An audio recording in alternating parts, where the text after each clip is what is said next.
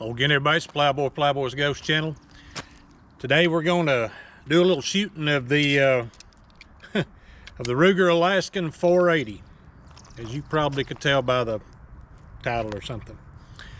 Y'all, I've showed you this gun I think once or twice, and I haven't done much shooting in a little bit. Had some things going on, so let's put 5 rounds, and I'm going to go ahead and load 6 rounds of my hand load in this 480, and I'll tell you what the hand load is.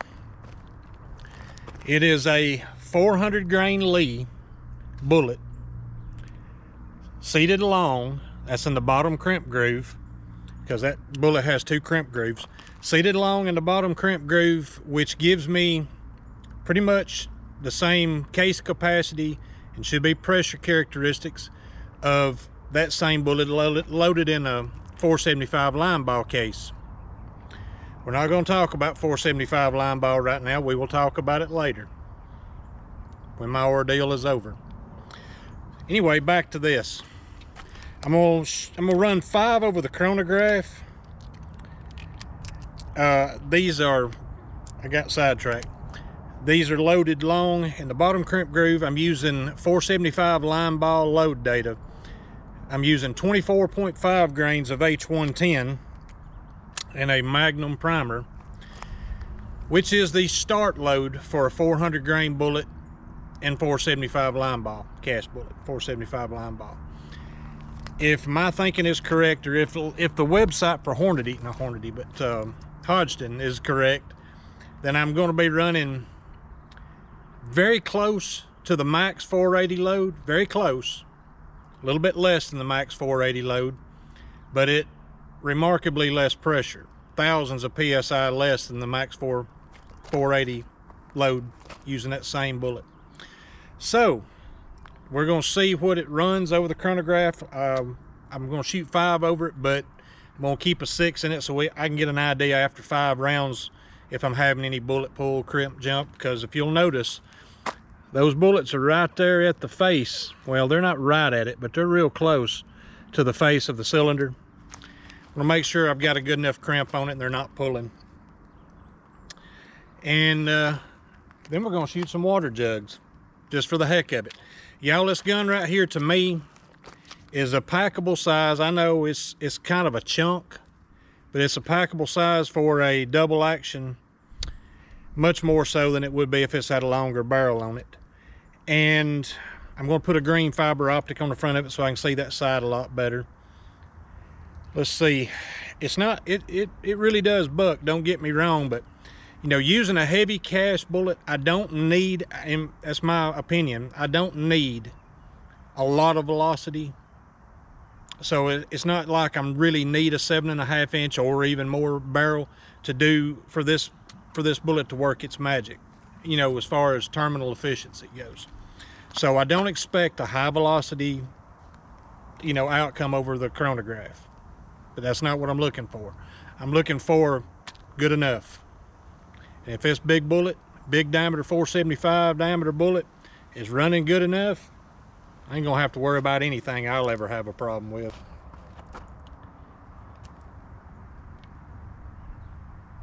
I ain't used this in a while, so it might take me a second.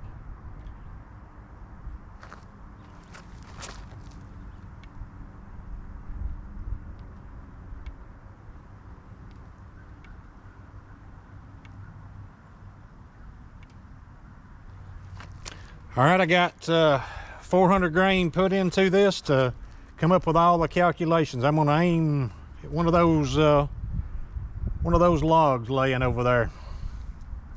After I put my air ball protection in, y'all, I almost forgot that. That would have hurt. I'm out of practice. All right, let's see what we can get.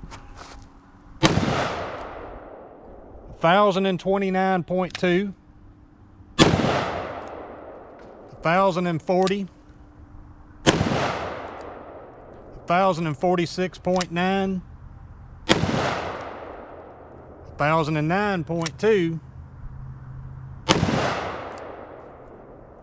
Well, let's just go ahead and shoot all 6 of them. What do you think? Nope, we still got one left. 1033.1. Let's see. They eject pretty good, so we don't have any problem with sticky extraction the way they used to. And y'all stay tuned just a minute. Let's see, let's run through here. I'll try to remember what I'm doing. Let's see. In summary, we have average of 1031.7. Let's see, our standard deviation was 12.8. And extreme spread 37.7. It's 945.2 foot-pounds of energy. That means absolutely nothing. I guarantee you that big bullet, that much weight, that diameter, and a hard bullet construction like that is just gonna do a lot, in my opinion, to anything I've ever got to shoot with it as far as penetration goes. Should lay a smack down on it. Let's turn this booger off right here and move over to the water jugs. Y'all stay tuned just a minute. Y'all, upon closer inspection of that ammo, I don't believe that I was experiencing much bullet pull, if any at all. Crimp jump, whatever you want to call it. I got a few more of those out, and I guess I really just hadn't looked at them in a little while. And out here in the daylight, it looked like the rest of them, it was in the jug with it. So I'll double check it, and I might dial up just a little more crimp just to be safe. But that's something you got to keep a watch on, be mindful of. Let's get you tuned in here to the water jugs. I don't believe I'm gonna need 21 of them. So far I haven't. We got it just in case.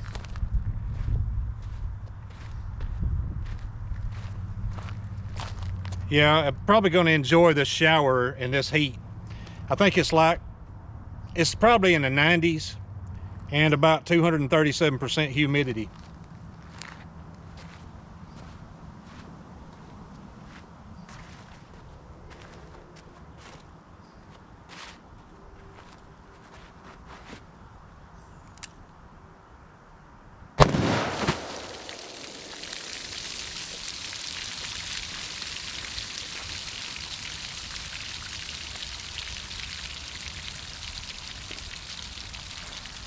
All right, let's see how many it took here. I think that let's make sure I didn't have it leave the, yep, it came out the bottom of this, and so that was 1, 2, 3, 4, 5, 6, 7, 8, 9, 10, and it came out the bottom of the 10th one. So that's no good. We're gonna try again.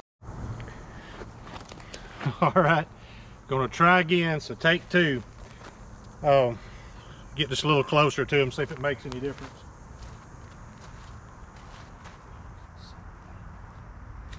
Gotta have more than 10, and I know it'll do more than 10 if I do my part. Make sure I got them lined up as good as I can.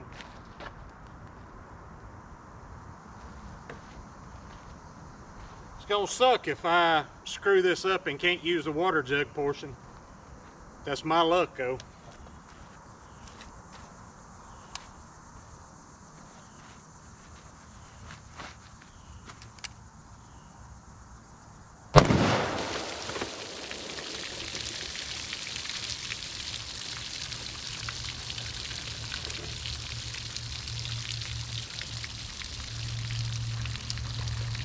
All right, whatever we got is what we got.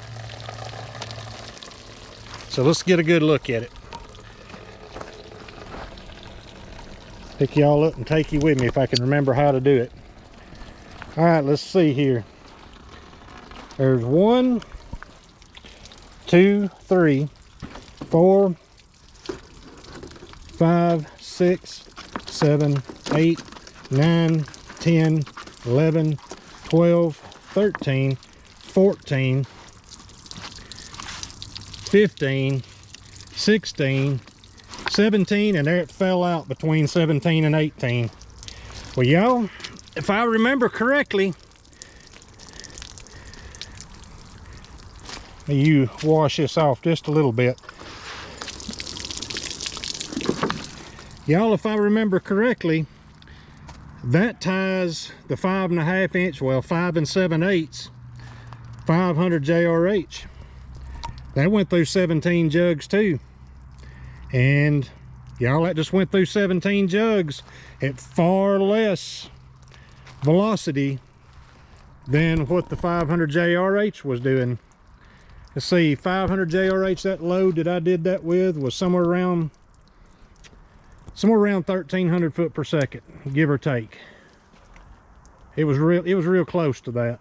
So y'all, I can throw that back in the pot, melt her down, have me another bullet in no time.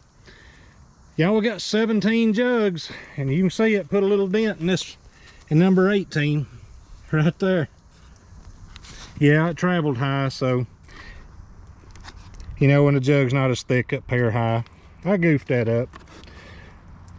So maybe we're gonna count off a little bit since the bullet went up a little bit. But y'all, it is my opinion that I'm not gonna ever face anything in my life. Now, mind you, I don't own a hunting preserve or outfitter service in Africa, and I probably won't ever see Alaska. But even if I do, I think I might turn up the wick just a little bit on the horsepower, but maybe just a little bit more powder, and get it up to I don't see why I can't get it up to the same pressure as the Max 480 instead of running, let's say, I believe I am 5 or 6,000 psi less with this load that I just shot. Even though I'm using 475 line ball load data, 5 or 6,000 psi less than Hodgson's max load listed for a 400 grain bullet using 480 data. So my point is, you know, and here's the thing, the maximum pressure on that on 480 is 48,000.